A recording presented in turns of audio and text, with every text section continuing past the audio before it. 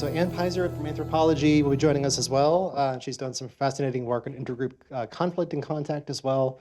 And so I thought we could use this space, this 20 minutes or so, just to build on ideas from our respective talks or interests and really use it as a spot to think about, whatever comes to your mind, things that you reflected on as you heard the earlier talks, questions, insights.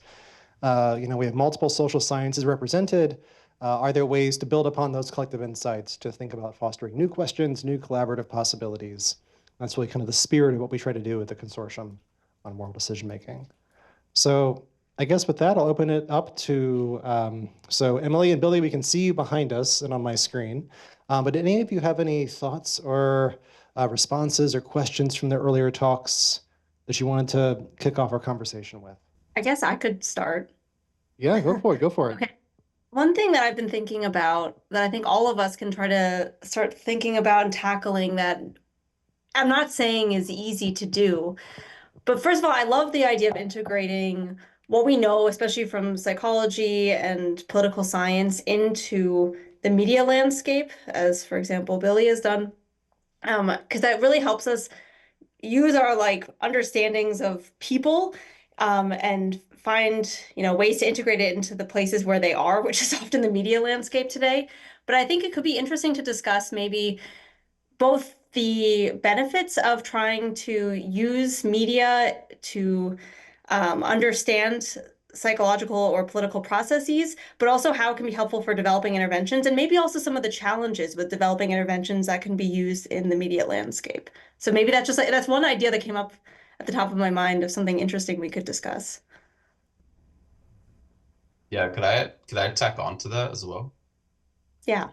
Um, I think one thing that is very fascinating, especially in the media landscape, is how political groups strategically use negative emotions, although maybe also hope, but it seems to be asymmetric if you look at the history of US politics.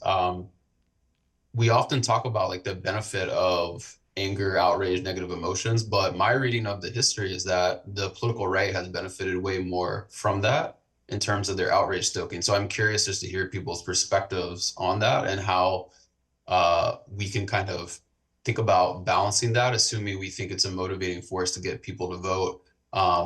I think the right has generally more organizing spaces because they have the church, and that has helped them use outrage stoking more. That's my reading, but I know there's a lot of political scientists in the room, so I'd be curious to hear.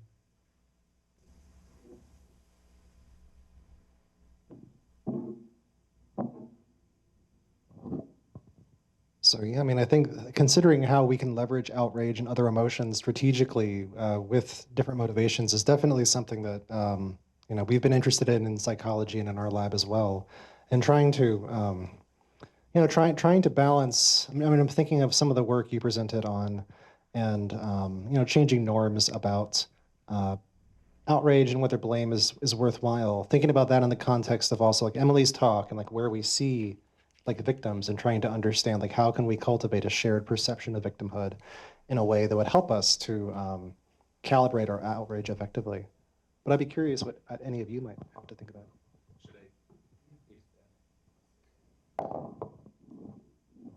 Yeah. So, okay. Yeah. So, Billy, I think it has mentioned. The right wing has churches as like an effective institution here. But if you just think about like the asymmetry in right wing media versus left wing, there really isn't like that counterpart on the left. It hasn't developed over the past few decades, and right wing media has been building for a long time, and so they just have this huge advantage in terms of messaging that I don't see how that changes anytime soon. But in terms of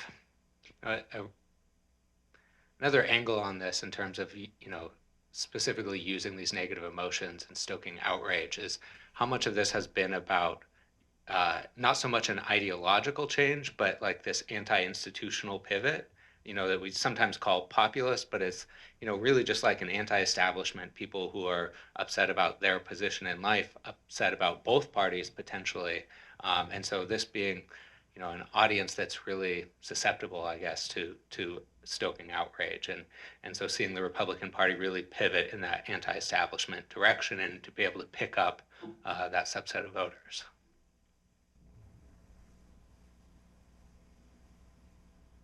I also feel like the right has been able to successfully kind of find the people that maybe weren't as engaged in politics.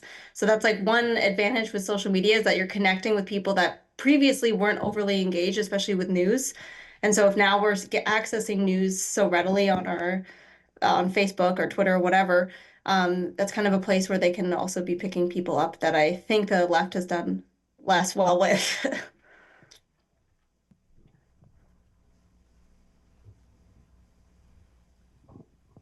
I guess I would be curious too with your talk, Chris, like how people's passivity towards the news versus that more active strategic engagement that I think some of what our discussion here is talking about.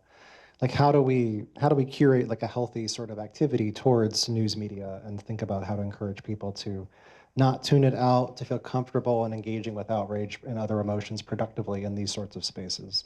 So I'd kind of be curious to think about the integration of your talk and Billy's talk potentially as well.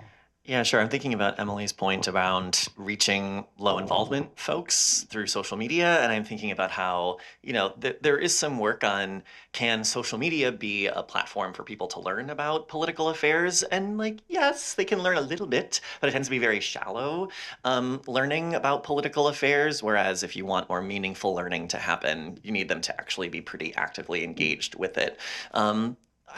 To Daryl's question around how can we curate a healthy news diet, I think you need to find what works for you. I've been thinking about this a lot myself lately. It's an exhausting time to be a news consumer. And for me, the rule is like after 7 p.m., no news, because I can handle it during the day. I cannot handle it in the evening. That's sort of a mood management perspective. But I think it depends on what works for you and if it means, but the problem is the news is to some degree always on with social media. And so as much as we want to curate our feeds to maybe avoid news, it's probably still going to come up because you're kind of at the mercy of the algorithm, which as Billy pointed out, is going to cater to some of our most base instinct, So I guess one question would be, if we think about how we interact with our informational environments in different ways to promote emotions that we think are more versus less constructive for different motivations and goals we have politically. I mean, I'm also thinking about how we use these spaces to define like how we are coding like us versus them in various intergroup dynamics.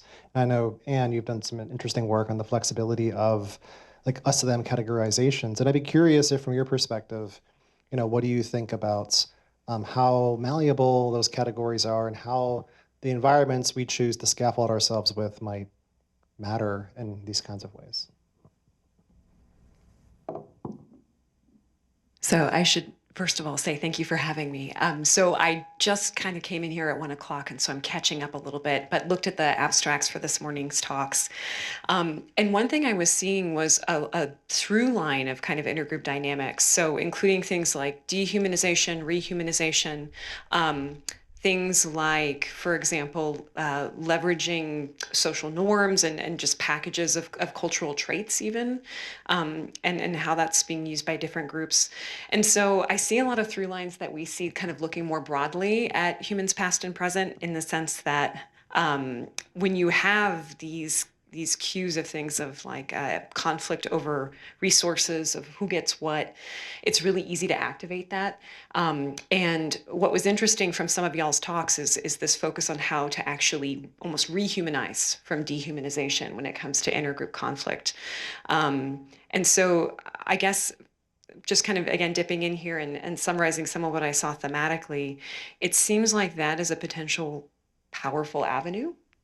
That rehumanization, that kind of storytelling, focusing on maybe some of those positive emotions, but then also individual cases to kind of avoid some of this entitativity, as it's often called in psychology, and instead kind of individualize some members of what is the outgroup. I hope that answers your question, but kind of just diving in here. Oh yeah, that's right. And that makes me think of some of what Emily was talking about too, and some of her past work on, how sharing personal experiences and using narratives and stories and experiences rather than facts as a way to bridge build across But then it's interesting because I mean, the bridge building piece then makes me think of the end of Billy's talk a little bit too, and like how certain kinds of connection and bridge building, whether through experiences or otherwise, could be helpful in some dimensions. But it seemed like one implication of your talk was that there were some negative outcomes in terms of deviating people's perceptions of what kinds of outrage and blame are normative. And so on the one hand, I can see the humanization being really helpful, especially as it's tracking with Emily's work and others and the work of others. But I'm also wondering how if it does have these other consequences for how we think about our values in perhaps complicated ways. And that also makes me think of Scott's talk as well, in terms of just the sheer heterogeneity of values that people have across particular domains.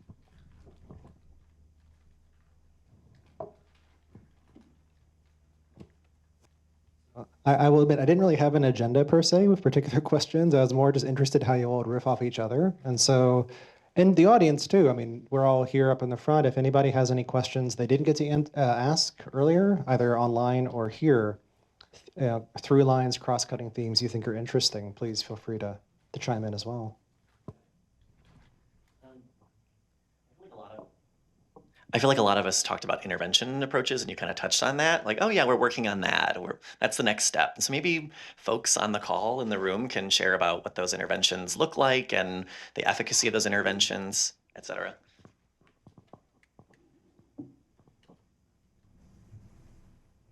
Yeah, I mean, I guess Daryl already kind of noted the kinds of the bit of work that I've been doing, but I'll extend it a little bit. So a lot of my work is showing how like stories of victimhood from the other side are like one way to build bridges with your opponents.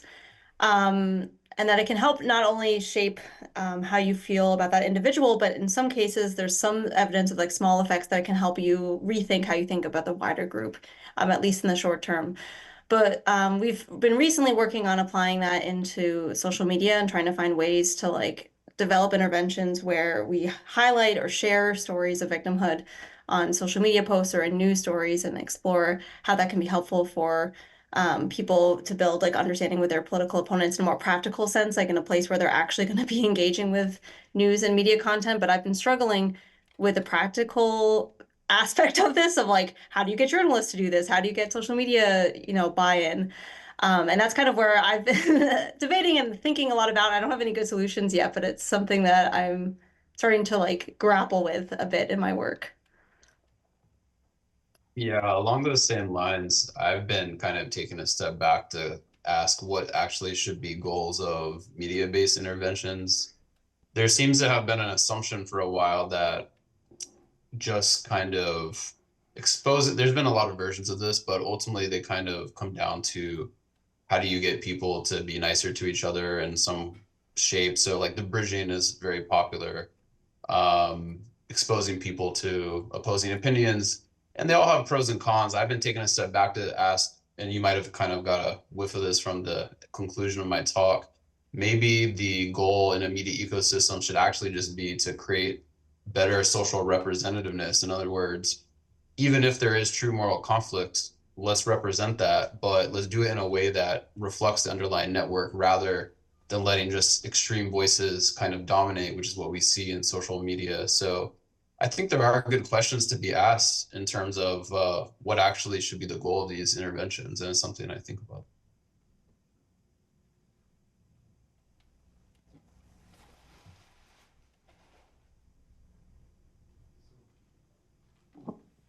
Are there other questions you had of each other from the talks or thoughts you have from your perspective in terms of what you've seen with intergroup conflict and cooperation that you think might be useful in this context?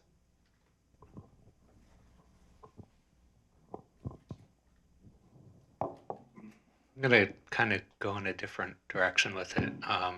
And then I've somewhat soured on the whole idea of like interventions to decrease polarization for a couple of different reasons. One is just like the challenge of doing it is that maybe we have a psychological solution to an institutional problem, right? And so, if the problem is that we perceive the out party as doing substantial harm to the country, and there's nothing we can do to change that party, that I don't think that polarization is going away as long as parties, you keep perceiving the party in that way, perhaps rightly so, and you see people as supporting that harm. Normatively, is what do we owe, I guess? Do we owe civility? Do we owe respect and listening and perspective taking? How far do we want to push that, I guess, is something I've been struggling with a little bit lately, and whether it's, you know, going to be productive given the institutional problems we face. Yeah, I mean, and especially, you know, given your work on empathy and polarization in the past, I mean, I've been also wondering when I've given talks on cultivating cross-partisan empathy, this normative question has often come up, like what do we owe to each other? To what extent is it fair and instrumentally useful for us to cultivate different kinds of empathy, whether that's compassion or perspective taking? I mean, especially if you consider some of the both intra-group norms about how, I suppose, inter-group norms, if we're in highly conflicted times, but also we're not sure if the consequence of our empathy will be something like schadenfreude or punishment. On, you know, if we try to extend an empathetic hand or gesture, how will that be received by the recipient?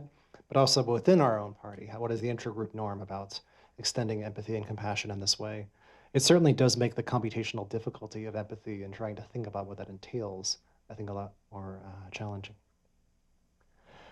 I do want to note there are two thoughts online. So one of our former students, Laura, in her work, has not a question, but in terms of the moral framing of issues, especially on the left, might make some conservatives feel more victimized.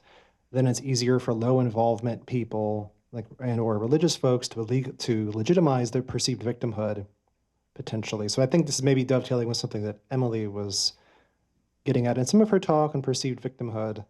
And Lauren was also interested in this broader question of whose responsibility is it to cultivate different kinds of moral emotions in this space, given some of the aforementioned concerns about asymmetries, and, you know, questions about whether certain kinds of mobilization might be more harmful than helpful, potentially. So I don't know if there's a few different pieces in there, but I don't know if that spoke to anyone or you had any thoughts to comment on. Well, I don't know if I'm answering this question at all, but it made me think about, I don't want this to be taken the wrong way, but like the power of victimhood in terms of what I mean by that is that like it can create a really powerful sense of identity. And if we feel like we have this shared sense of victimhood, and that this can be, we see examples of this with like the Me Too movement, but also with movements such as like conservative movements that are highlighting, you know, that we're being victimized by like the deep state, or we are being victimized by the woke left. And I think that this identity of victimhood can be really powerful for driving people together and driving them further apart from other groups. But that was just kind of the first thing I thought of when I heard this comment.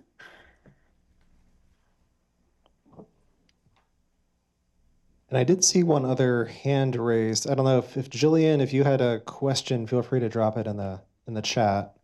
And while you're doing so, if anybody else, any of the other panelists, you know, doesn't have to just be the people who are on the panel right now, but if any of the other speakers or future speakers, if you have any questions or thoughts for any of the folks here, we have a few minutes yet.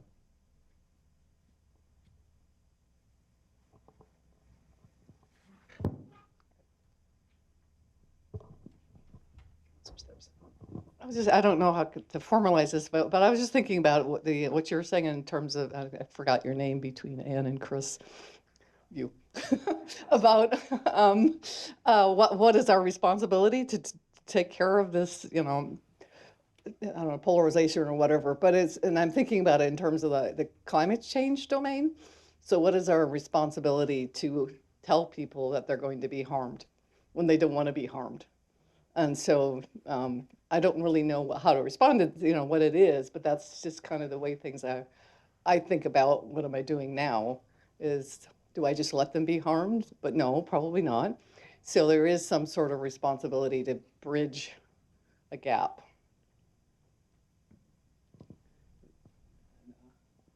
And I guess to what extent mean, going to something Scott was saying, to what extent does it trade off on what you can do as an individual versus more structural sorts of solutions like the climate accords or things like that that go beyond any one individual agency? Thanks. I'm just thinking of what you were saying, Billy, also. I think I also do, work on partisan polarization. Samantha's going to present some later, but I've kind of soured on a lot of it, to be honest, in part because I think we're focusing on polarization as an outcome, not a tool.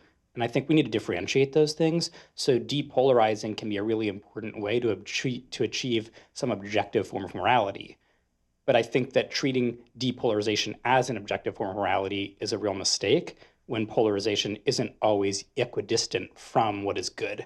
And when we see it hacked in certain ways and moralized so that one party is much higher on certain variables, such as social dominance orientation or Schadenfreude, our goal isn't to depolarize. Our goal is to depolarize to increase effective forms of communication so that we don't say, oh, the goal is to have everybody meet in the middle in their views on climate, when doing so means that the climate won't survive. So how do we think about it as a tool, not an outcome, to me would be the big challenge.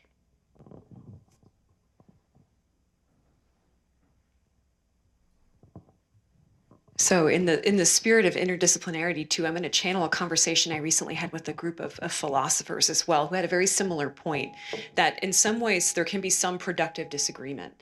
And so completely eliminating some of the groupishness that has emerged can actually then lead to less productive conversation, which I thought was a really well taken point. And I think just to circle back to some of the discussion points just a few minutes ago, I think one of the really interesting things too when it comes to intergroup dynamics is how far apart the two groups are as well in terms of, this is with the victimhood comment, I think from Emily, I know you were working a lot on this earlier and talking about this in your talk, but also kind of the distance between the two groups in terms of haves versus have-nots, and the deservingness of other groups as well. And I think that kind of plays into these larger themes of dehumanization. And if one were to try to get rid of the polarization, rehumanization can be an interesting way to do it. But I think this larger conversation's really interesting in terms of how to have dialogue without having sameness.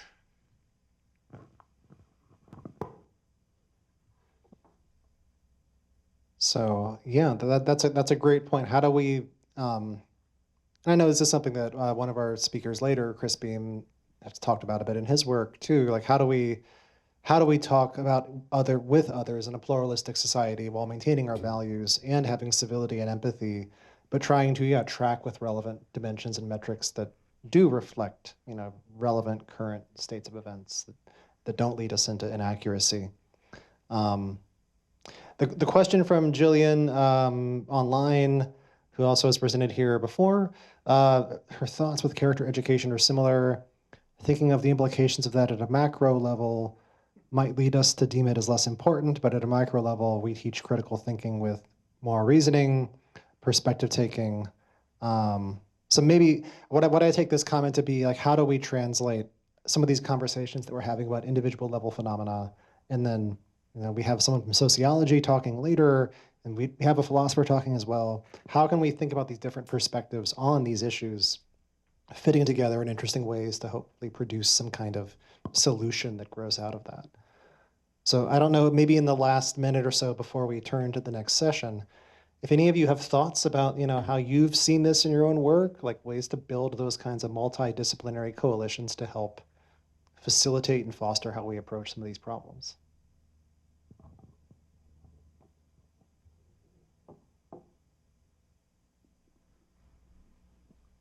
All right. I don't want to take.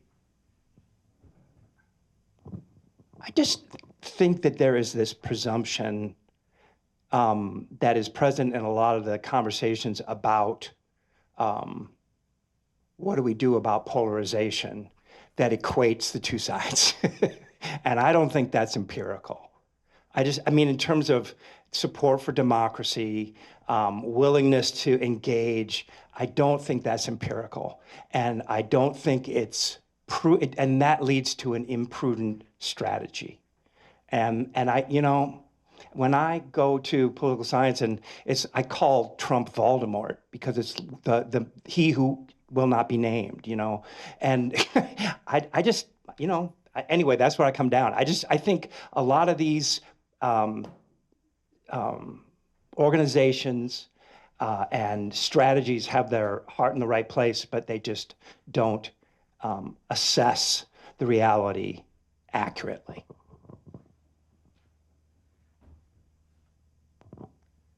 Great. Well, yeah, maybe let's, Janet, closing thought. So my colleague, Janet Swim. That's fine. So I was thinking about the polarization in terms of like, much of it seems to be at the national level, but trying to think about things at a local level and also thinking about things, solutions. So in our own data, I mean, it is polarized, views about climate change, but people overestimate the disagreement about environmental policies themselves. There's more agreement about environmental policies than people think. So if you can get to the point of having a discussion about the solutions, that seems to be a way to not, I mean, how to get there, I think is a good question. But it's so solution focused, but also local focused. I mean, I don't know, I'm not a political science, but historically it was that the political parties were more important, the more, larger the scale. And so, but I don't know if it's still true. It seems to me that local politics has also gotten pretty polarized, but many of the, at least like in the environmental problems, emerge at the local level and they're different. So you'll have flooding here. You just deal with the flooding and what is the solution for the flooding? Or you have contaminated water because they're opening up coal plants in southern Pennsylvania. And so talk about those topics that are relevant to that community and not necessarily have to get at the national level, and which is so much. So I guess the data we get often are at this national level, but in terms of news, when we're losing newspapers locally, then we lose that local discussion. So how do we get to those local areas where we might come to solutions? Yeah. So, like, part of what you're describing is known as the nationalization of politics, in which increasingly over time, local politics and state politics is just a reflection of the national debate. So politics at the local level is no longer about whatever's going on in your own community. And so it has become just as polarized for that reason, because it's just the same debate. And part of that is, as you say, driven by the collapse of local media, right? And so, local newspapers are shutting down rapidly, and so there's just no source of information about what those problems are, about even corruption at the local level. And without that information, people can't organize around it. And so, then the question is, how do we sustain local media in a meaningful way? And I think that's a big challenge, of course. These conversations could easily go on for a lot longer. Unfortunately, we do have to call the panel. But if anybody has any thoughts or questions for the folks here at the table, please, reach out. We'll continue the conversation after this. And thank you all for taking time to do this.